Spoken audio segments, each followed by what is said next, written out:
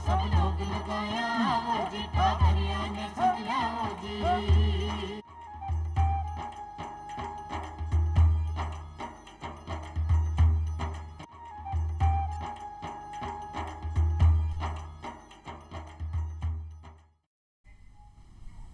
चौपाल देखने वाला सबला दर्शका ने राम राम सा भाई। आज चौपाल में आप चर्चा कर रहे हैं राष्ट्रीय पोषण अभियान।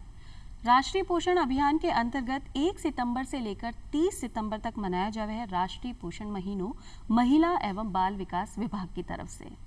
भाई अपना जो नवजात बच्चा है 20 से लेकर 6 साल तक का बच्चा पे खास ध्यान दिया जावे है, किशोरी बालिकाओं पर ध्यान दिया जावे है, गर्भवती महिला धात्री महिला पर खास पोषण स्तर को बढ़ावा के लिए अभियान चलाया जा रहा है कि अपना पोषण में ऐसी चीज़ें आप शामिल करा कि आपने संतुलित पोषण आहार आपने साथ सम्मिलित हो जाए जिससे आप स्वस्थ रह सका।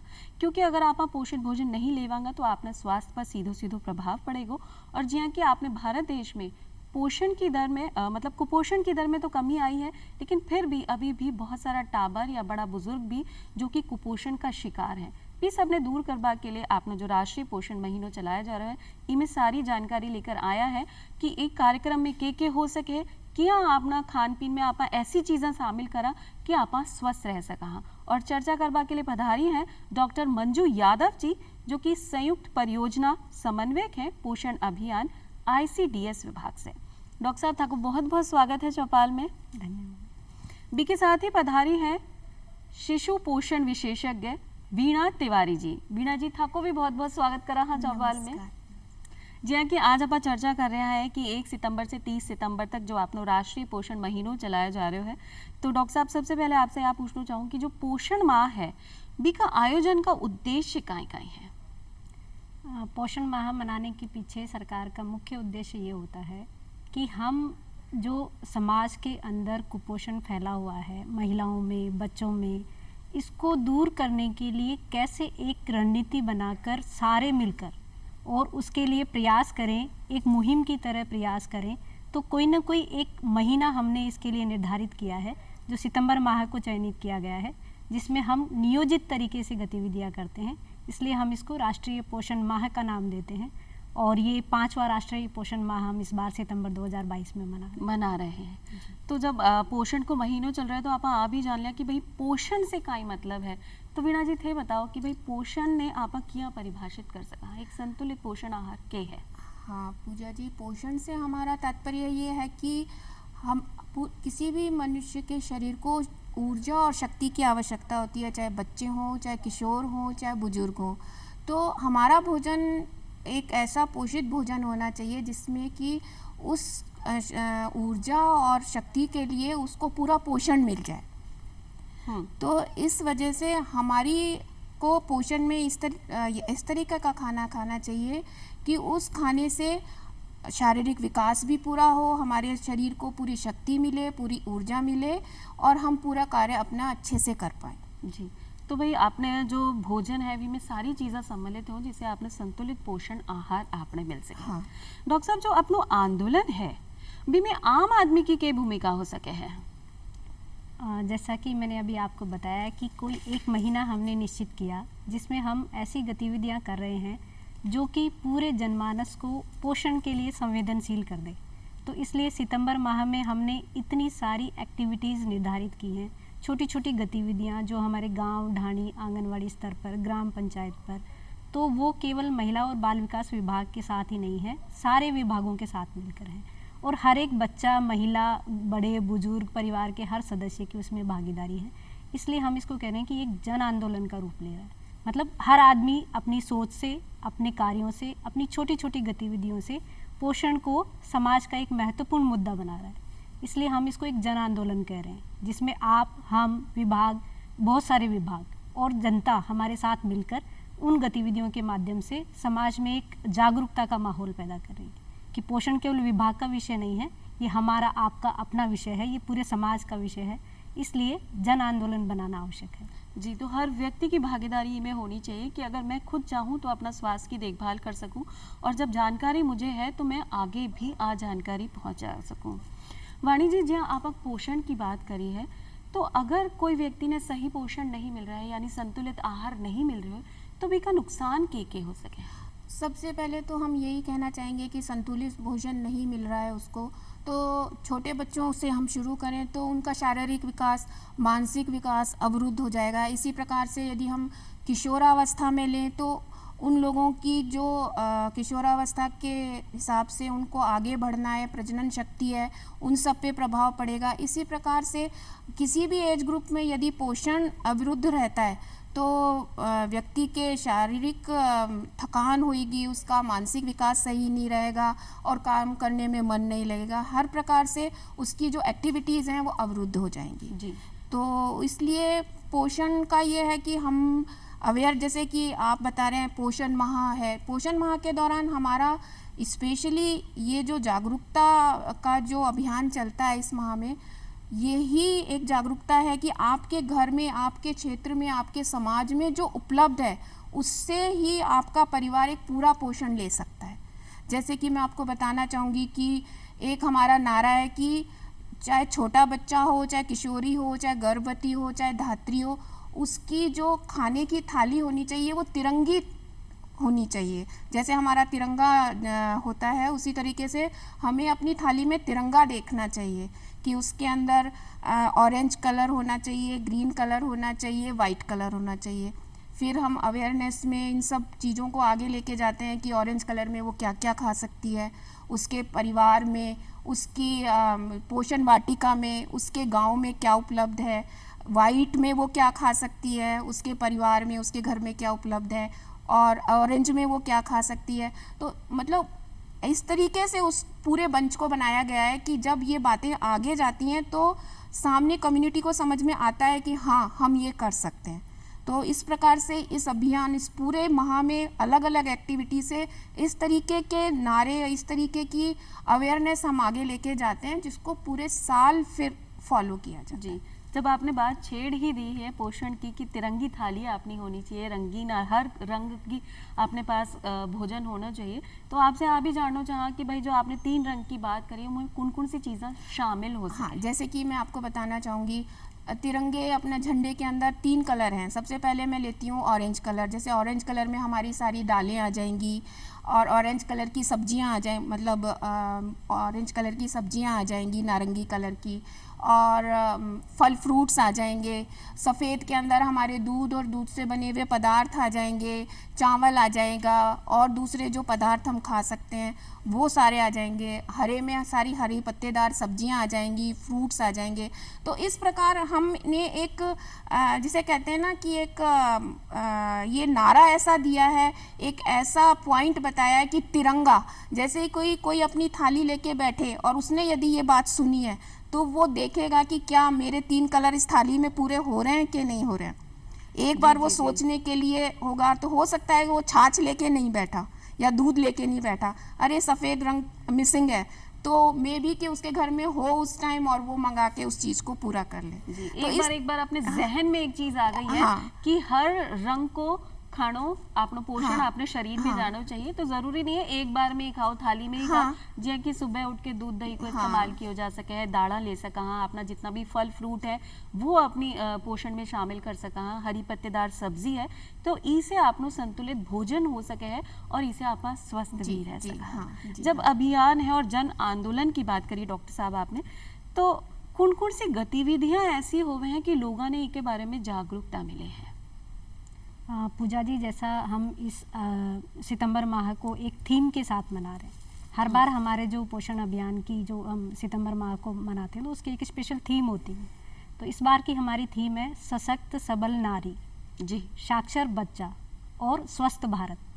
तो आपको इस टैगलाइन से ये समझ में आ रहा है कि हमारी सशक्त और सबल नारी, मतलब महिला सशक्त हो, सबल हो, तो वो तब सशक्त सबल होगी जबकि वो पोषित होगी। साक्षर बच्चा, मतलब जो बच्चों की हम पढ़ाई की बात कर रहे हैं उनको एक स्कूल एनवायरनमेंट मिलना, आंगनवाड़ी पर प्री स्कूल एनवायरनमेंट मिलना, उस पर फोकस। और स्वस्थ भारत, तो जब महिलाएं और बच्चे स्वस्थ होंगे, शिक्षित होंगे, तो हमारा भारत अपने आप स्वस्थ होगा। जी। तो ये जैसा कि हम अगर महिला, इसको हमने सप्ताहवार गतिविधियाँ बांटी है। जैसा हम प्रथम सप्ताह की बात करें तो महिला एवं स्वास्थ्य, तो उसके स्वास्थ्य से जुड़ी हुई छोटी छोटी गतिविधियाँ, जैसे कि महिलाओं में एनीमिया की कमी, किशोरावस्था में बालिकाओं में एनीमिया की कमी। और आपको मैं बताना चाहूँगी कि यदि हम NFHS 4 के आंकड़ों का अध्ययन करें और अभी NFHS 5 के जो लेटेस्ट डाटा है उसमें महिलाओं में जैसे एनीमिया का ग्राफ पहले 46% था, तो वो बढ़ के अभी 54% तक पहुँच गया जी। तो मतलब एनीमिया की दर बढ़ रही है, हीमोग्लोबिन लेवल महिलाओं में, किशोरियों में कम हो रहा है। तो ये एक चिंता का विषय है। बच्चों में भी यदि हम देखें जो 7.3% था वो बढ़ के और 71% तक पहुँच गया। तो बच्चों में हीमोग्लोबिन तेजी से घट रहा है। जी जी। तो इसके पीछे मतलब सोच का विषय है कि हमारे बच्चे जब आर्थिक स्तर तो धीरे धीरे सभी का बढ़ रहा है, लेकिन क्यों महिलाएं और बच्चे जो हैं वो अपने पोषण में ऐसी चीज़ों को शामिल नहीं कर पा रहे हैं जिनसे कि उनका आयरन लेवल बढ़े। तो ये एक बहुत ही गंभीर विषय है। तो महिलाओं के स्वास्थ्य को हमने फोकस किया है।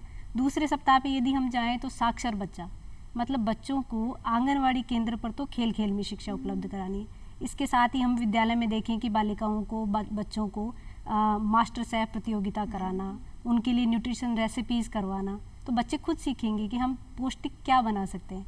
आपने भी देखा होगा कि विद्यालय आजकल कई कंपटीशन कराते हैं। सैटरडे जो होता है बच्चों का एक फ्री लर्निंग डे होता है। हाँ जी। तो कुछ स्कूल्स होते हैं वो अपने इनोवेटिव आइडियाज से ऐसे ऐसे कंपटीशन करवाते हैं जिसमें बच्चे की विदाउट कुकिंग भी इतनी हेल्दी न्यूट्रिशियस रेसिपी बना सकते हैं। तो वो सिर्फ इसलिए कि बच्चों में जागरूकता है कि मुझे जंक फूड या मुझे बाहरी पैकेट डिब्बाबंद खाना नहीं खाना है, बल्कि वो खाना है जो मेरे स्वास्थ्य के लिए अच्छा है।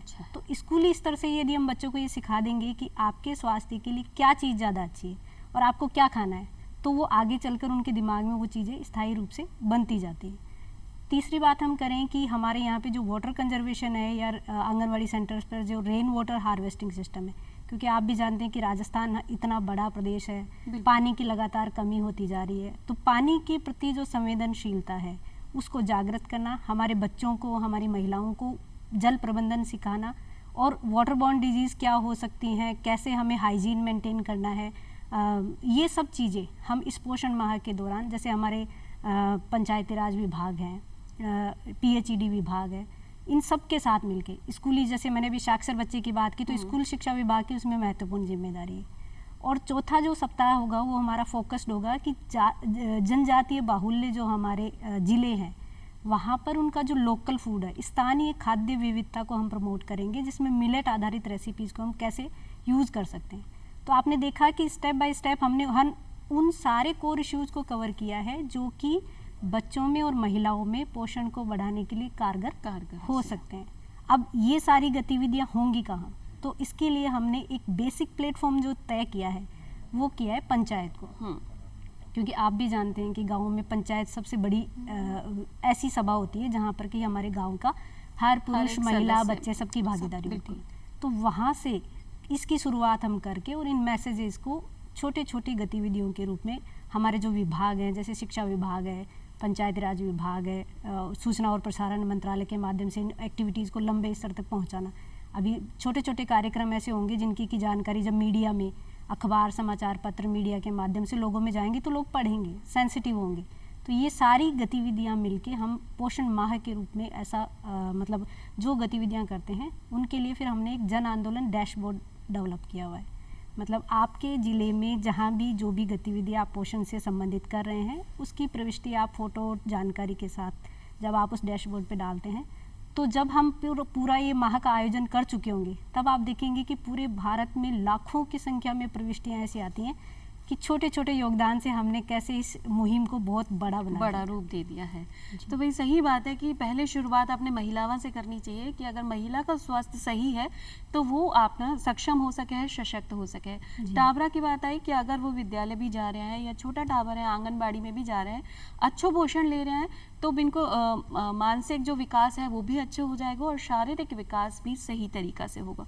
और फिर जैसे कि आपने चीज़ें हैं जैसे पानी से लेकर संबंधित जो आपने बात बताई कि जल से भी आपने परेशानी हो सके तो स्वच्छ जल आपने लेना चाहिए, हाथ धोकर लेना चाहिए। ऐसी छोटी छोटी बातों से ही अभियान एक रूप ले लोगो, यानी बूंद बूंद से घड़ो भर सके हैं। तो अपन बहुत सारी ऐसी गतिविधियां कर रहे हैं जिससे अपना अभियान जो है वो सशक्त रूप में सक्षम भी हो सके है। जी। जब आप पोषण की बात कर रहा तो सबसे पहले टाबर ने स्तनपान कराया जावे है, एक स्तनपान हो जावे है, एक पूरक भोजन हो जावे है, बिल्कुल। टीकाकरण और जो भी अपना विटामिन है भी को सप्लीमेंट लेनो भी कितना जरूरी। तो पोषण में इन सब चीज़ों को कितना महत्व है?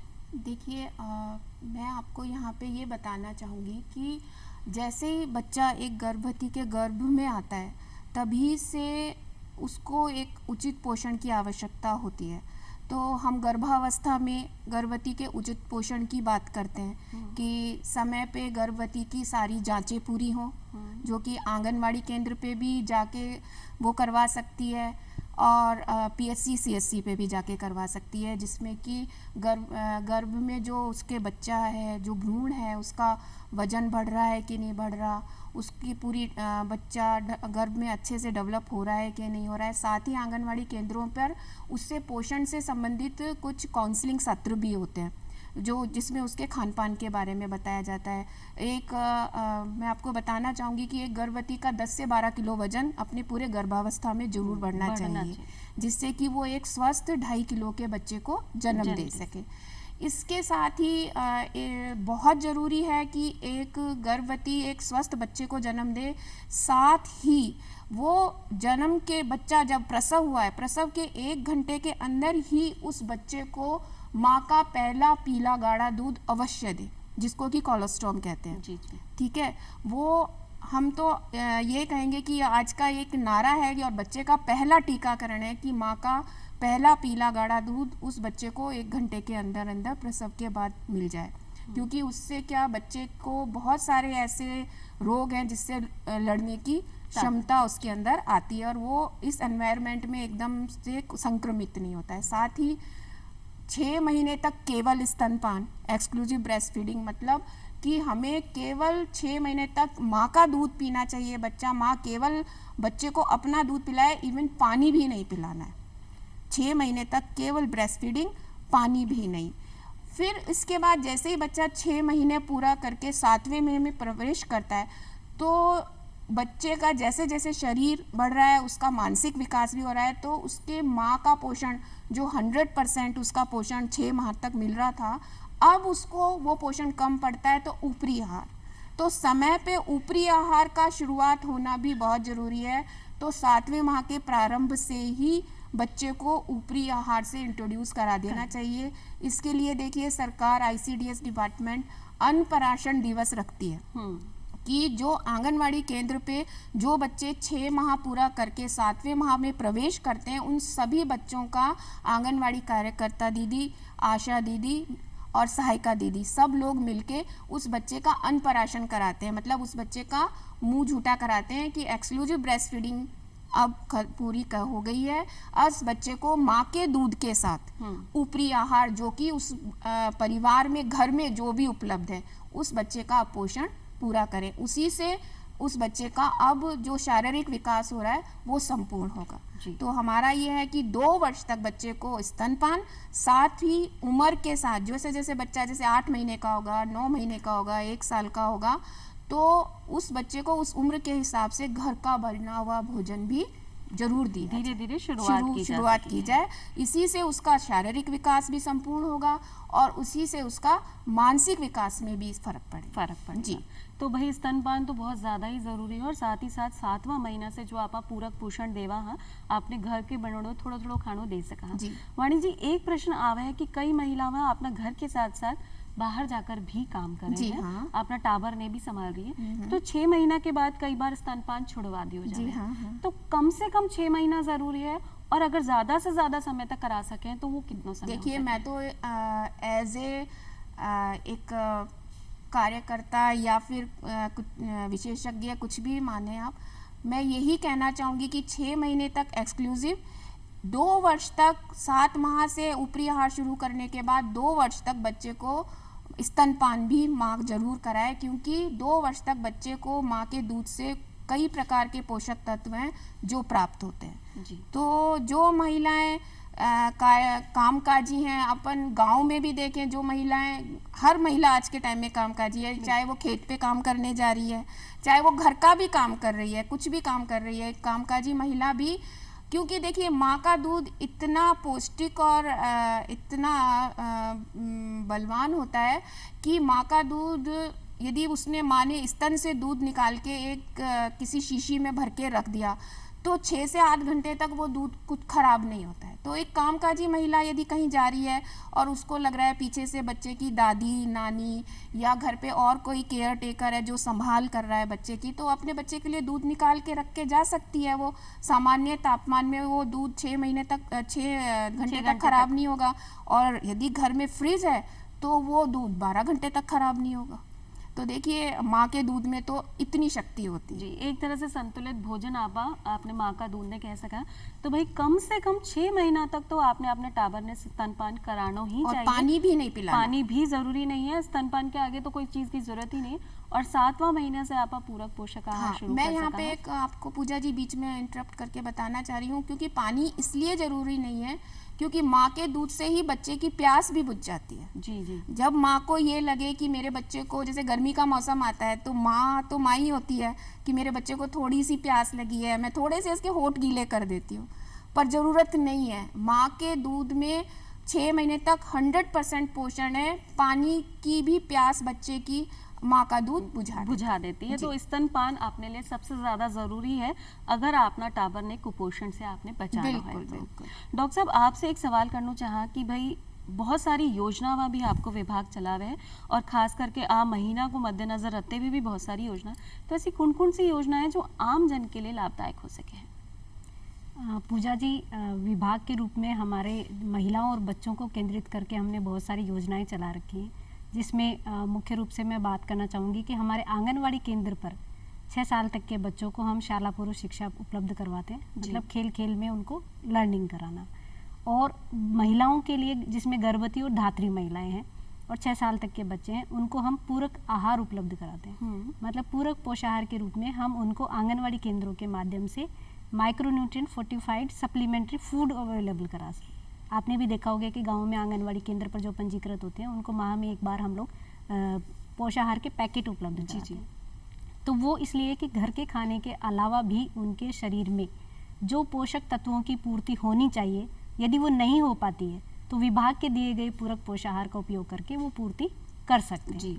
इसके अलावा हम आंगनवाड़ी केंद्रों पर ही मासिक रूप से बच्चों का और महिलाओं का टीकाकरण करवाते हैं। जैसा अभी आपने बताया कि टीकाकरण बच्चे के लिए कितना महत्वपूर्ण होता है, तो समय पर टीकाकरण हो उसकी पूरी प्लानिंग हमारे आंगनवाड़ी कार्यकर्ताएं बहनें करती हैं कि किस बच्चे की कब ड्यू लिस्ट है, उसको कौन सा टीका लगना है। इसी प्रकार गर्भवती महिलाओं की ANC मतलब एंटीनेटल चेकअप, उसका गर्भावस्था के दौरान जो जांच होनी है वो हमारे आंगनवाड़ी केंद्र पर होती है। इसके साथ साथ उन महिलाओं की बच्चों की पोषण की स्थिति को देखते हुए उनको उचित परामर्श देना, सलाह देना और गृह संपर्क करके, कई बार आपने भी देखा होगा कि गाँव में हमारी आंगनवाड़ी बहनें घर घर जाती हैं, गर्भवती महिलाओं से, दूध पिलाने वाली माताओं से, इनसे मिलती हैं और उनसे बातचीत के दौरान ही वो ये पता करती हैं कि वो खुद का कैसे ख्याल रख रही हैं और अपने नवजात शिशु का कैसे ख्याल रख रही हैं। तो उनको पोषण परामर्श देना भी हमारी एक महत्वपूर्ण सेवा है। इसके अतिरिक्त जो हमारी गर्भवती महिलाएं हैं उनको गर्भावस्था के दौरान ही अपने और बच्चे के पूरे पोषण के लिए हम कुछ आर्थिक प्रोत्साहन योजनाएं भी चलाते हैं, जैसे प्रधानमंत्री मातृ वंदन योजना है।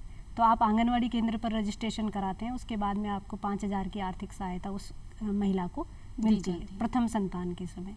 इसी प्रकार राज्य सरकार ने भी अपना एक नवाचार किया है, जिसमें हम इंदिरा गांधी मातृत्व पोषण योजना के माध्यम से द्वितीय संतान के जन्म पर उसको आर्थिक प्रोत्साहन देते हैं।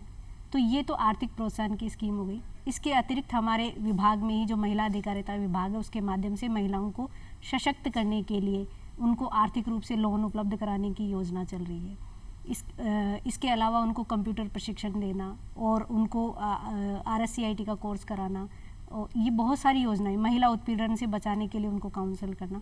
तो अनेकों योजनाएं ऐसी हैं जो हमारे आंगनवाड़ी केंद्रों के माध्यम से, महिला एवं बाल विकास विभाग के माध्यम से गांव-गांव तक पहुंचाई जा रही है। जिससे कि अपनी महिला भी सशक्त हो सके, घर से बाहर निकलकर भी काम कर सके और आर्थिक रूप से भी सशक्त होते हैं। आत्मविश्वासी तो हो ही जावे तो आर्थिक रूप से भी सशक्त हो सके। और खास करके जो पोषण महीनों है, अभी में खास तौर पर ध्यान दियो जावे है कि महिला अपना स्वास्थ्य की तो रक्षा करे ही करे, और साथ ही साथ जो भी गर्भवती महिला है या जो महिला गर्भ धारण के लिए सोच रही है, भी की जानकारी में आ जाए कि भाई पोषण यानी संतुलित भोजन लेना आपने लिए कितना ज़्यादा ज़रूरी है। तो डॉक्टर साहब, अभियान के बारे में आपने इतनी चौकी चर्चा बताई, बी के लिए थाने धन्यवाद देना चाहा, और साथ ही साथ शिशु पोषण के बारे में वाणी जी था से जानकारी मिली, थाने भी धन्यवाद देना चाहा। सिर्फ सितंबर माह में ही नहीं, हर दिन हर पल अपना स्वास्थ्य की रक्षा आप खुद कर सका, अपना खान पीन को ध्यान आप रख सका। बस आपने जागरूक होगा की जरूरत है, आपने आप पता होना चाहिए कि आपने खाना में आपने के चीज़ा ने सम्मिलित करना है। आज के लिए बस इतना ही, फिर मिलांगा एक नई जानकारी के साथ, तब तक के लिए राम राम साहब।